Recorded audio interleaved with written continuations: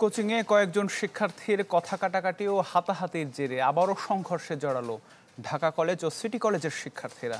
প্রায় 3.5 ঘন্টা দফায় দফায় চলে সংঘর্ষ। এতে সাংবাদিক ও পুলিশ সহ আহত হন বেশ কয়েকজন। এ নিয়ে রোববার 2 কলেজ কর্তৃপক্ষের বৈঠকে বসার কথা রয়েছে। কালার এক্সপার্ট, জর্জ স্যাপ এবং মাইল্ড অন হ্যান্ডস টেকনোলজি সমৃদ্ধ অরিক্স ক্রিস্টাল ওয়াশ আপনার লন্ড্রি এক্সপার্ট। আবারও মুখোমুখি ঢাকা ও সিটি কলেজের শিক্ষার্থীরা। বৃহস্পতিবার বেলা 11:30টার দিকে প্রথম দফায় সংঘর্ষে জড়ায় তারা।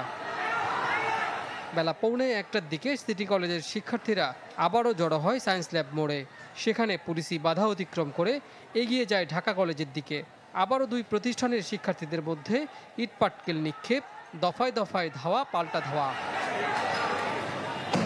পরে অ্যাকশনে যায় পুলিশ, কয়েকটি সাউন্ড গ্রেনেড নিক্ষেপ করে তাদের ছত্রভঙ্গ করে দেয়।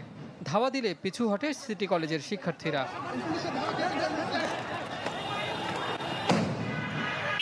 পুলিশ বলছে তুচ্ছ ঘটনাকে কেন্দ্র করে এমন সংঘর্ষ। আহত হয়েছেন কলেজের বেশ কয়েকজন শিক্ষার্থী, পুলিশ ও সাংবাদিক।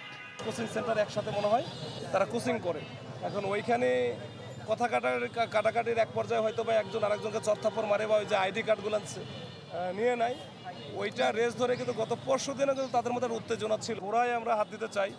এর আগে আমরা বসেছিলাম যে কয়েকটা Dhaka college, city college, ideal কলেজের প্রিন্সিপালদের নিয়ে বসেছিলাম। আমরা প্রয়োজন হলে আবারও বসবো। চলতি বছর এ নিয়ে পঞ্চমবারের মতো সংঘর্ষে জড়ালো ঢাকা ও সিটি কলেজের শিক্ষার্থীরা।